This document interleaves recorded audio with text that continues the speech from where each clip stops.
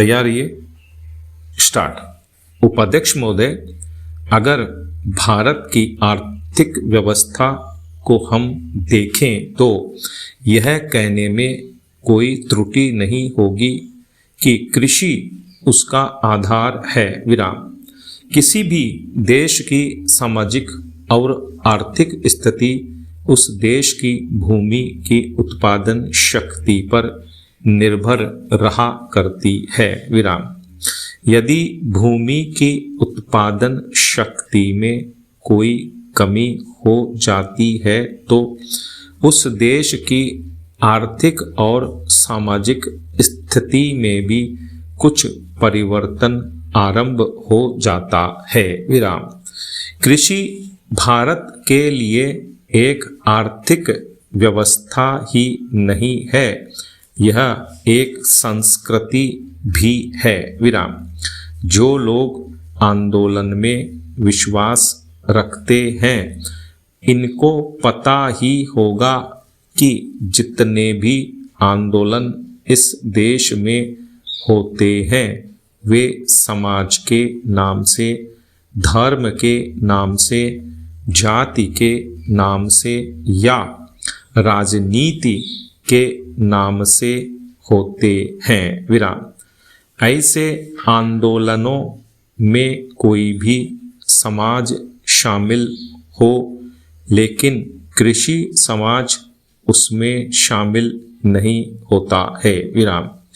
उस आंदोलन के साथ कृषि समाज की सहानुभूति भी नहीं होती है। विराम। इसलिए यदि सभी बातों को ध्यान में रखकर हम देखें तो इस देश के लिए आवश्यक यह होगा कि हमारी संस्कृति की रक्षा के लिए और जीवन प्रणाली की रक्षा के लिए कृषि पर विशेष ध्यान दिया जाए। पैरा। कृषि के क्षेत्र में इस वर्ष काफ़ी प्रगति हुई है। विराम। यदि आप 1801 से 1901 तक का काल देखें तो आप देखेंगे कि हमारे देश में 31 अकाल पड़े, जिनमें 4 करोड़ लोग मरे। विराम। लेकिन आज हमारे खाद्य मंत्रालय ने 100 रुपये मन के भाव पर गेहूं खरीदकर एक भी आदमी को मरने नहीं दिया। इसके लिए हमारा खाद्य मंत्रालय बधाई का पात्र है। विराम। पैरा। एक बात मैं विशेष रूप से इस अवसर पर कहना चाहता हूँ। विराम।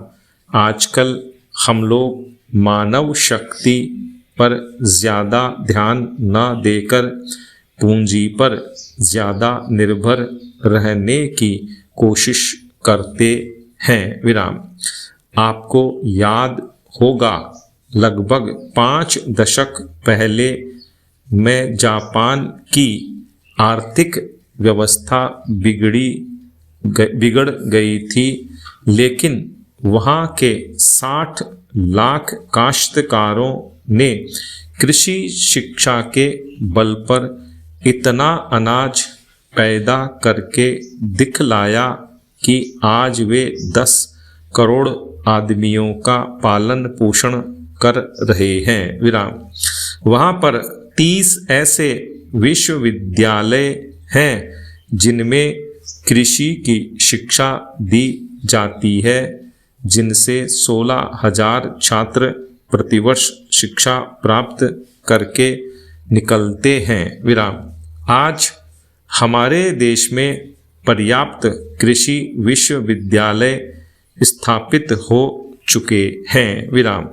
हमारे देश की 120 करोड़ जनसंख्या को दृष्टि में रखते हुए जापान एक बहुत छोटा सा राज्य है।